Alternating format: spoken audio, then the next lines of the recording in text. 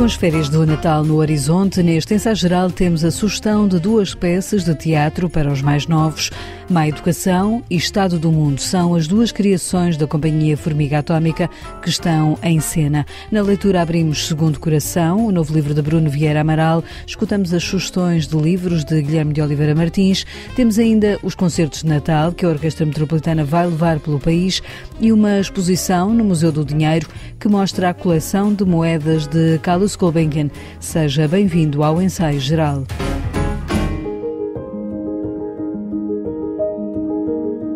O escritor Bruno Vieira Amaral tem novo livro. Segundo Coração reúne um conjunto de crónicas literárias que o autor, vencedor dos prémios Saramago e Fernando Namora, escreveu nos últimos anos. Em entrevista ao ensaio geral, Bruno Vieira Amaral identifica neste livro um fechar de ciclo de uma espécie de trilogia com os seus 2 outros romances, As Primeiras Coisas e Hoje Estarás Comigo no Paraíso. Eu comecei por escrever na GQ uma crónica mensal. Cerca de 2 anos depois comecei a escrever todas as semanas uma crónica no Expresso Online e juntei crónicas quer da GQ, quer do Expresso Online, porque havia uma unidade nestas crónicas, que são crónicas sobre o passado, sobre a memória, e que eu diria até mais do que isso, acaba por haver uma ligação, quanto a mim, muito evidente aos 2 primeiros romances. Sinto que há uma continuidade temática e de tom entre esses livros, quase como se constituíssem uma trilogia, sendo que os outros são romances e este é um livro de crónicas. A ligar este conjunto de crónicas aos anteriores romances estão as memórias de infância do autor e da família, que estão também nestes textos que agora reúne em Segundo Coração.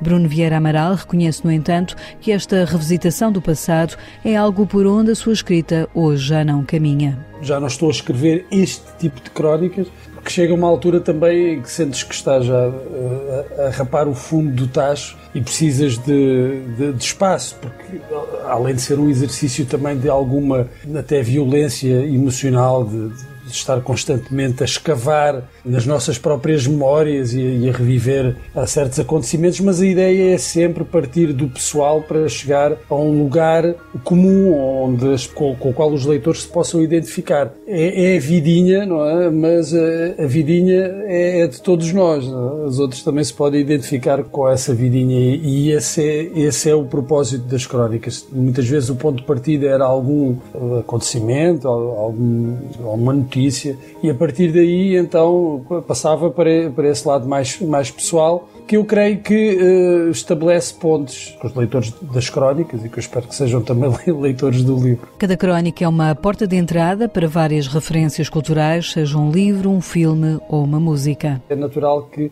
essas referências, não é, que estão no livro, referências a livros, a músicas, a filmes, sejam também das pessoas daquela época e não só, quer dizer. Mas sim, o livro tem essas referências, porque essas referências são parte de mim, não é? São parte também das minhas memórias. Parecem um pouco menos pessoais, porque são essas referências culturais mais vastas, mas aqui nas crónicas também estão na minha ligação íntima seja com um livro, seja com um filme.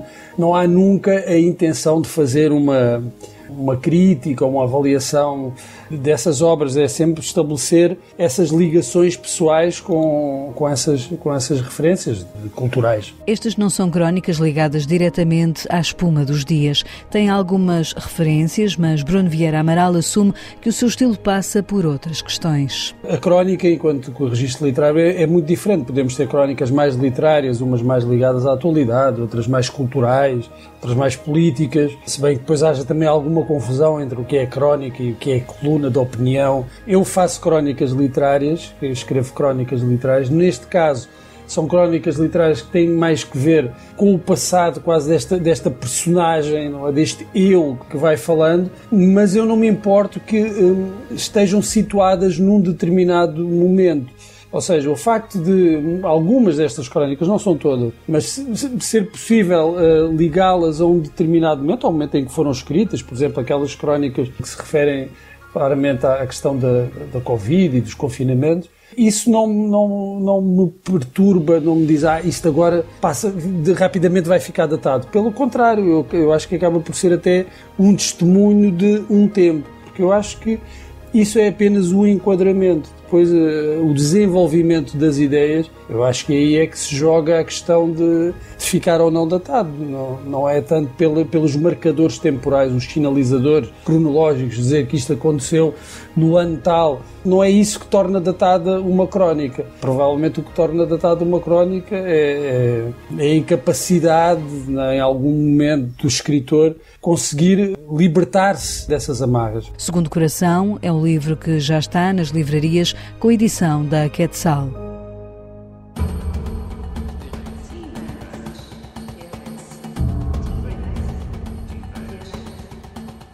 Se tem filhos, netos, sobrinhos, enteados ou afilhados maiores de 6 anos, há 2 peças de teatro para levar os seus mais novos. A companhia Formiga Atómica tem em cena no Teatro Luca, em Belém, a peça Estado do Mundo, para maiores de 6 anos, e estreia no próximo dia 12 no Teatro São Luís, em Lisboa, Má Educação, outra peça pensada mais para o público juvenil. Mas vamos por partes.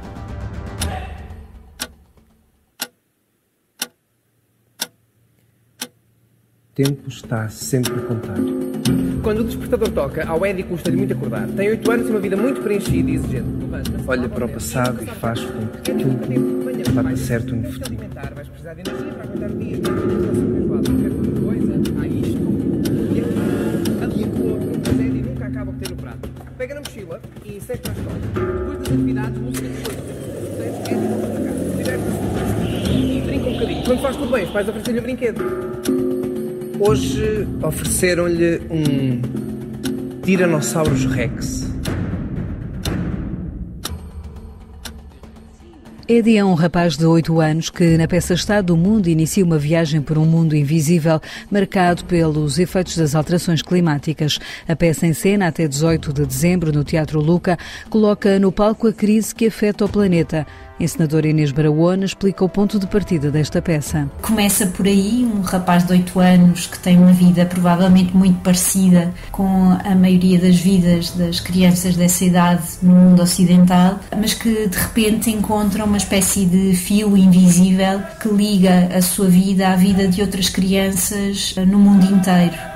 E é a partir desse olhar das crianças que habitam outros lugares no mundo que se vai desenrolando, no fundo, o fio que explora as relações de causa-consequência entre as nossas opções e aquilo que acontece noutros pontos do mundo, assim como se olhássemos para a teoria do caos e a ideia de quando a borboleta bate as asas acontece qualquer coisa noutro ponto distante do mundo, como se estivéssemos a traçar esse itinerário que nos faz seguir as consequências dos nossos gestos e das nossas ações. Miguel Fragata, que com Inês Barahona compõe a companhia Formiga Atómica, explica a urgência em falar do ambiente neste estado do mundo. Este é provavelmente o espetáculo que aborda a questão mais urgente e mais de maior emergência que temos, e de facto foi para nós uma necessidade absoluta fazê-lo e lançar a reflexão sobre todas estas questões que envolvem o estado do mundo e a crise climática. Fizemos também para ele uma pesquisa no território, encontramos projetos e pessoas com relações, com uma ideia de sustentabilidade muito sólidas e interessantes, e queríamos nesta primeira fase fazer um espetáculo que abordasse a crise climática, que o fizesse para crianças e que o fizesse a partir de uma ideia cênica, de pôr em cena, através de miniaturas, através de uma pequena escala, grandes catástrofes naturais, e compreender de que forma é que o nosso cotidiano tem ramificações e influência e contagia o mundo inteiro através daquilo que nós consumimos, através daquilo que fazemos, das decisões que tomamos no nosso cotidiano. Pensado para maiores de 6 anos, o Estado do Mundo não deixa de ter uma dimensão política. Apelando também ao poder político, não é? Essa é outra chave importante quando se fala de crise climática e de injustiça climática. O poder que reside nos governantes e naqueles que nos representam do ponto de vista político é muito grande, e a perspectiva de que é possível, se nos juntarmos e se formos muitos a reivindicá-lo, exigir essa ação, aí talvez esteja um caminho para lidar com esta questão. E o espetáculo aposta bastante nisso. Quase em simultâneo, a companhia estreia, no dia 12, segunda-feira, no Teatro São Luís, outra peça. Má Educação é uma peça em 3 rounds que leva ao palco, através da dança e do teatro, um texto sobre o sistema de ensino. A obra nasceu de muitas idas às escolas, explica Miguel Fragata. O desejo de trabalhar sobre estas questões, de facto, sobre a educação e sobre tudo aquilo que envolve a comunidade escolar e as problemáticas que estão envolvidas na relação professor-aluno, nasceu da nossa experiência de há quase 10 anos de companhia, a observar também públicos e a observar públicos particulares como o público escolar e a perceber de que forma é que era tão diferente a experiência de apresentar um espetáculo a um grupo de alunos que viessem com um professor que ele próprio estivesse empenhado em fruir do espetáculo, ou quão diferente podia ser a experiência quando o professor se retraía ou se retirava mesmo dessa experiência. E foi a partir daí que decidimos construir este espetáculo, a partir de um grande também capital de queixa que fomos observando por parte da comunidade escolar, por parte dos professores em particular, nomeadamente sobre tudo aquilo que envolve, desde o ponto de vista mais burocrático ao ponto de vista mais prático, tudo aquilo que envolve a vivência da escola e do ensino. E então este espetáculo nasce desse desejo de refletirmos sobre todas estas questões. A música está a cargo de Hélder Gonçalves, dos Clã, e será interpretada pela pianista Teresa Gentil.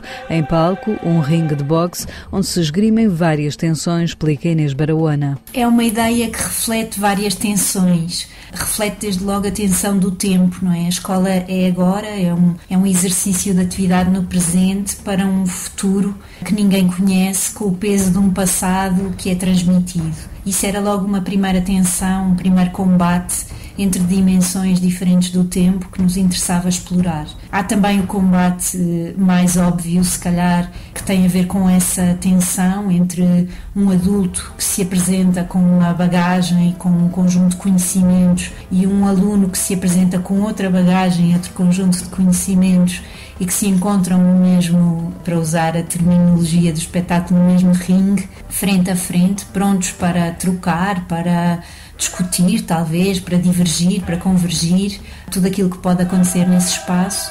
E, por outro lado, também esse combate espelhava uma dimensão de competição que nos parece muito evidente na escola que temos hoje. Há uma ideia, desde logo os rankings, não é? Há uma ideia muito competitiva associada ao desempenho dos alunos na escola, que é uma ideia que prevalece e sobressai muito nos discursos das pessoas, mesmo daquelas que querem fugir um bocadinho dessa lógica, acaba por aparecer muito nos discursos sobre a educação. E, portanto, de repente, esta a metáfora do combate, do boxe, da luta, da violência, que tudo isto parecia-nos colar bem àquilo que estávamos a detectar e que chegava até nós através dos testemunhos das pessoas que habitam o coração da educação. Má Educação é a peça que vai estar em cena no Teatro São Luís, em Lisboa, a partir da próxima segunda-feira e até dia 17 de dezembro.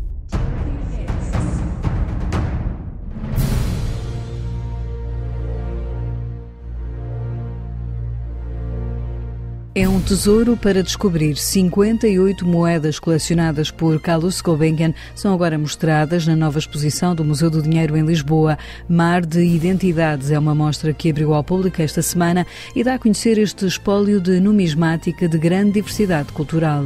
Todas elas são moedas de tipo grego, no entanto não dizem apenas respeito a populações gregas, sejam elas da Grécia continental ou do sul de Itália. Dizem também respeito a outros povos, nomeadamente aos romanos e aos cartagineses. Através desta seleção de moedas, de 58 moedas da coleção Carlos Gulbenkian, procurámos transmitir um bocadinho uma ideia, passar uma imagem da diversidade cultural do Mediterrâneo, nomeadamente da sua região central. O tema dominante é precisamente o tema da identidade, a forma como a identidade é construída, como é que ela é lembrada, quais são os mitos que estão por trás da fundação das cidades, que dão sentido à vida dos povos, mas depois também a forma como essa identidade é propagandisticamente construída, transmitida, reconstruída ao longo de alguns conflitos políticos e militares que opõem algumas destas populações. João Pedro Vieira é o curador desta exposição, onde confirmamos que no passado, tal como hoje, com o euro, a moeda era um fator de união e identidade.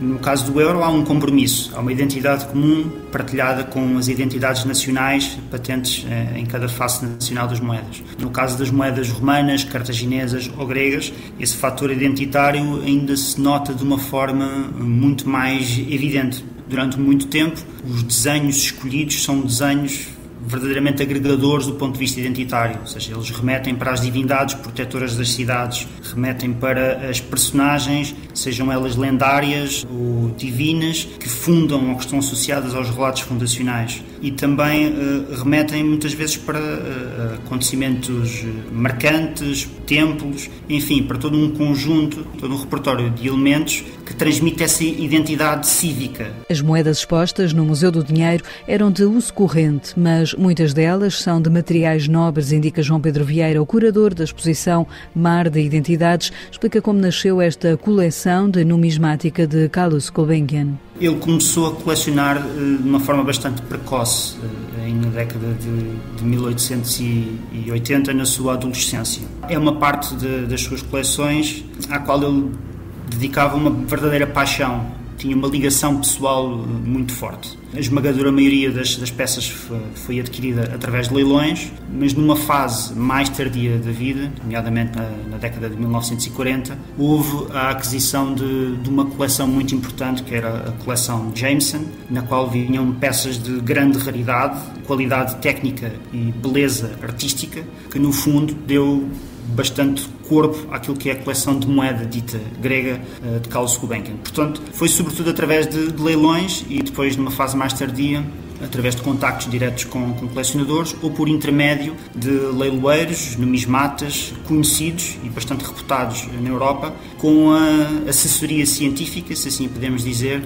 de investigadores, nomeadamente de Edward Robinson, do British Museum. Vai poder ver esta exposição de moedas preciosas colecionadas por Carlos Gulbenkian na exposição Mar de Identidades no Museu do Dinheiro em Lisboa até 14 de maio do próximo ano, de quarta a domingo, das 10 às 6 da tarde, com entrada gratuita.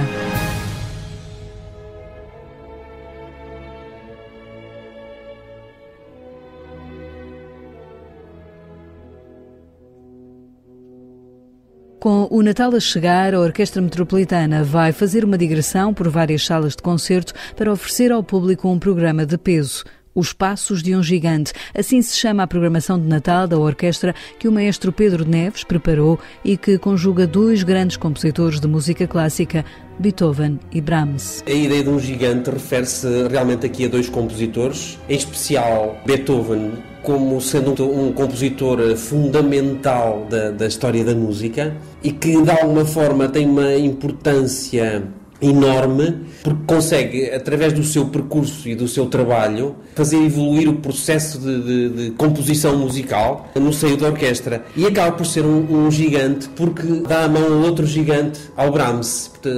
As pessoas normalmente costumam dizer que o Brahms é a continuação do Beethoven, e que, nomeadamente, a Sinfonia número 1, que é a peça que vamos tocar, é como se fosse a 10ª Sinfonia de Beethoven. Portanto, Beethoven escreveu 9 sinfonias, começou a escrever alguns esboços de uma 10ª, que não conseguiu completar, e normalmente os musicólogos atribuem esta primeira Sinfonia de Brahms como a continuação de todo o processo de composição, de todo este caminho percorrido pelo Beethoven. Portanto, nomeadamente aqui o gigante refere-se principalmente a Beethoven, mas refere-se à conjunção dos dois compositores que se ligam entre si. Além das obras de Beethoven e Brahms, a Orquestra Metropolitana preparou também um repertório pensado para o Natal, explica o maestro Pedro Neves. Vamos oferecer ao público alguns temas natalícios e, de alguma forma, é a nossa maneira de desejar boas festas ao nosso auditório e contribuir para que esta quadra seja celebrada com música, porque com música acho que a sociedade fica mais rica em todos os aspectos. A música é um elemento essencial para a nossa vida, eu diria mesmo para a nossa vida espiritual. Acho que pode fazer a diferença na nossa vida em sociedade. A Orquestra Metropolitana toca dia 16, às 9 da noite, em Évora, no Convento de São Francisco. No sábado, dia 17, às 9, no Fórum Municipal Luísa Todi, em Setúbal. Depois, domingo, dia 18, será a vez de Loures, com um concerto às 6 da tarde no Pavilhão Paz e Amizade. Na semana do Natal, o concerto será dia 20, às 8 da noite, no Teatro São Luís, em Lisboa.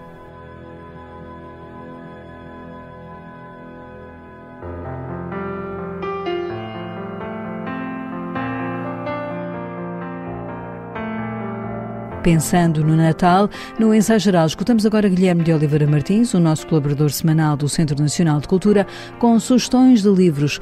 Ele que nos fala também hoje do livro Segundo Coração. Bruno Vieira Amaral publica na Quetzal O Segundo Coração, onde nos fala de um passado que não se confunde com a memória vaga de um museu, mas que procura representar a erupção de um vulcão.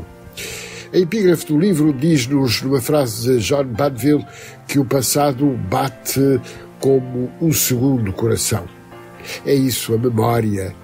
Memória desde a infância, dos hábitos familiares, das férias grandes, das palavras ouvidas dos adultos, com o significado que se perdia nas suas vozes, dos primeiros amigos, daqueles que se afastaram, mas que não são esquecidos, dos muitos que já foram partindo, mas que deixaram heranças de afetos e recordações modestas. Mas há mais. As humilhações e inspirações da juventude, os amores e as desilusões, os ódios, as noites solitárias da adolescência, o cinema, as dificuldades, o dinheiro que faltava, os ajustes de contas, a luta com o mundo, lembranças antigas que rompem e que voltam a viver.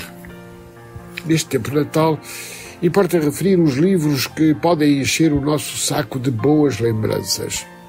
De Jorge Calado, na Imprensa Nacional, Mocidade Portuguesa, o extraordinário livro de memórias que, estou certo, será motivo para os seus leitores de regozijo pela escrita irrepreensível, pelo ritmo fantástico e pelas lembranças que nos encontram.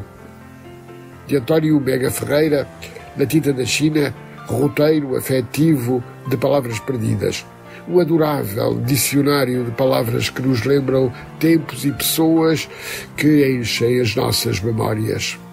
De Alberto Cruz, a Officium Lectionis, dá-nos a poesia reunida em Última Colheita. A palavra em toda a sua força e sensibilidade, no verdadeiro dom de criação e humanismo. De José Tolentino Mendonça, a Quetzal publica Metamorfose Necessária, reler São Paulo, uma obra indispensável.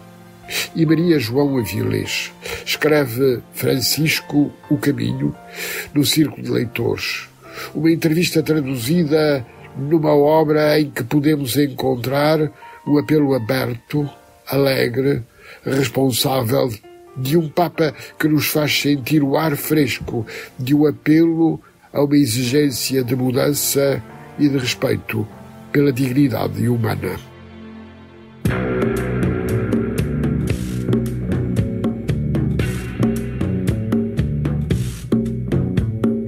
Este é o som dos Clube Macumba, o mais recente projeto musical de Tó Trips, que com Pedro Gonçalves criou os Dead Combo. Tó Trips juntou-se agora aos músicos João Doce, Gonçalo Prazeres e Gonçalo Leonardo, nesta banda que lançou em janeiro o seu álbum de estreia. Agora, os Clube Macumba vão voltar aos palcos, têm concerto marcado para 23 de dezembro no Music Box em Lisboa às 10 da noite. Um concerto em que, além do repertório do álbum Clube Macumba, terão como convidado especial o acordeonista João Barradas.